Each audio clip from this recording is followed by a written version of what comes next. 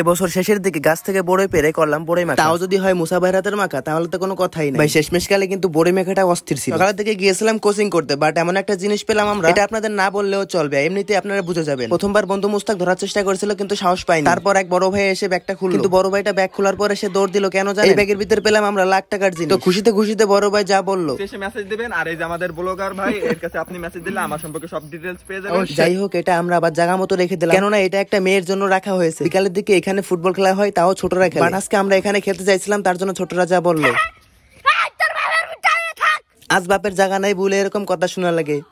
যাই হোক, মাঠটা পরিষ্কার করে আমরা ফুটবল খেলা শুরু করে দিলাম। এদিকে ফয়সাল বলতেছে আজকে শুক্রবার, আজকে মসজিদে বিরিয়ানি দেওয়া হবে, তাড়াতাড়ি খেলাধুলা শেষ করে চলে আসলে মসজিদে এসে যেখানে বিরিয়ানি রাখা হয়েছে সেখানে আমরা সবাই একসাথে করে বসে। আমার ভালো একটা সাবস্ক্রাইবার হচ্ছে হুসাইন, কারণ ও সবসময় আমাকে সম্মান দিয়ে চলে। তো যাই হোক, অবশেষে আমরা বিরিয়ানি পেয়ে গেলাম। বিরিয়ানি খাওয়া শেষ করে এরপর বিকালের দিকে যাইতেছি মুসাদের বাড়ি। দুপুর দিকে ভাবছিলাম ভাই ব্রাদার একসাথে করে বড়ই মাখা করব। যেই ভাবনা সেই কাজ করে আমি গাছে উঠে পড়লাম। গাছে উঠে কয়েকটা বড়ই খেলাম এবং পেরেও নিলাম। কলপারে এসে বড়ইগুলো সুন্দর করে ধুয়ে নিলাম। ভাই বড়ইগুলো ফাটানোর জন্য একটা পাটা ব্যবহার করলাম। তো অনেকক্ষণ পরে আমাদের বড়ই মাখা। ভাই সত্যি কথা বলতে বড়ই মাখাটা কিন্তু অস্থির ছিল। আজকের ভিডিওটা এই পর্যন্ত। সবাই ভিডিওটিকে লাইক দিয়ে সাবস্ক্রাইব করে দিও। বাই।